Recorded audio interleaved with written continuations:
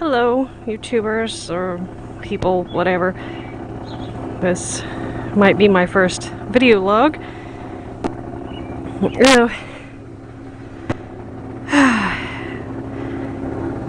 This was supposed to happen about an hour ago, but I dropped the camera. So this is like a little cheap MD-80 clone. I was making sure that it was straight in my helmet, and then I took it out and I dropped it in the sink. And it was pretty easy to fix. I mean, I pulled it out of the I noticed that the lights were blinking funny, and I opened it up and the camera element had fallen off of the card of the board.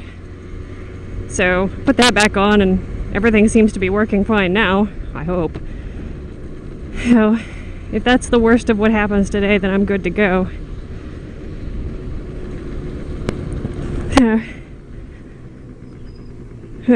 I'm on my Zuma. This is my scooter. I've actually got a motorcycle, but I guess like any motorcyclist who has more than one's working and one's not. My motorcycle is a 1990 VTR 250, and it's in about 50 pieces in my garage right now,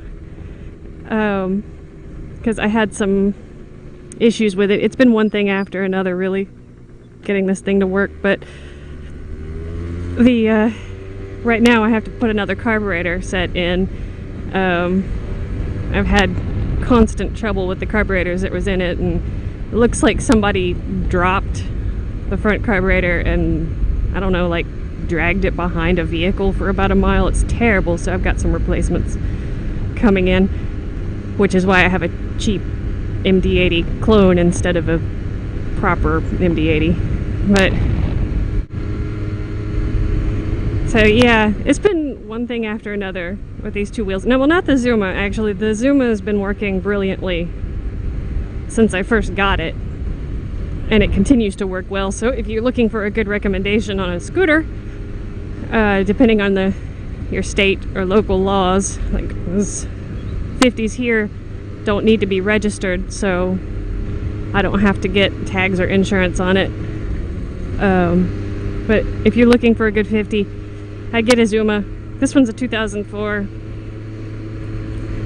I can understand why bikers are generally superstitious, because these machines seem to be like, even if you get a new one, they seem to be different. You know, it's like very little margin for error, so every little change or every slight micron of a difference makes a big difference in performance and how it acts and all that sort of stuff. Whoa. I can definitely understand where bikers get superstitious, and I didn't really know to begin with.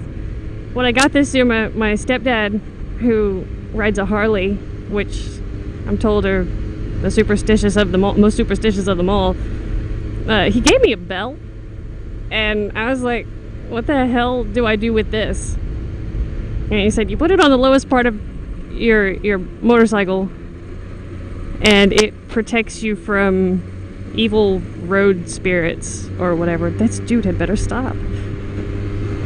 And I was like, okay. And he's like, you know, those giant potholes in the ground, those are from whenever the spirits, they get trapped in the bell and they don't like the noise, and they finally have enough and they blow a hole in the street, and that's how you end up with giant potholes. It's like, oh, okay. And I can't help but think every so often when I get my motorcycle up and working, and then something else happens. Like recently, I had it all working and I was ready to go, and I was getting ready to like take it for tires, and then all of a sudden it dumped all of its gas that was left in the carburetors into the oil pan. And I was like, well, that's no frippin' good. How in the hell did that happen? As it turns out the needle valve cracked out and all this other sort of stuff. But I couldn't help but think it's because the VTR doesn't have a bell. And I know that's a stupid thing to think, but I can understand where that mentality comes from, because you seem to do so much work and spend so much time on it, and then something else craps out, and you're thinking, man, I've either got to have the worst luck, or like there's got to be like street demons or something. So I don't really know if I'm gonna get a bell for the BTR. In theory, you're supposed to have it given to you. You can't buy it, so you know. I don't know. It depends. We'll see. After these carburetors come in, if another thing goes wrong, I'm gonna start being like, okay, somebody's got to buy me a bell, because I'm fed up with this.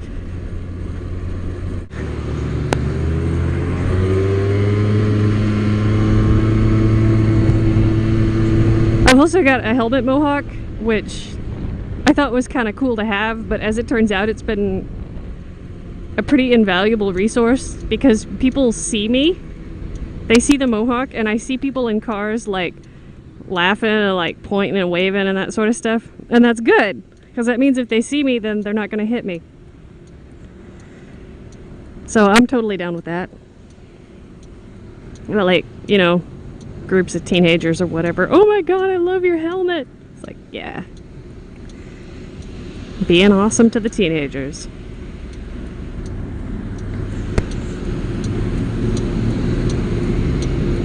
Hey, look, there goes another scooter. Hey, that was a Vespa. All right. It's kind of roasty today. I don't have my jacket on because even though it's vented, I just washed it and I don't want to sweat in it. So I've got my helmet and my boots and my gloves, but I'm going kind of squiddish with the tank top. But the way I figure it, I'll definitely wear the jacket when I'm on the motorcycle, because there's an actual speed difference, acceleration difference. With the scooter, it's kind of like, you know, oh no, high speed 20-mile-an-hour crash.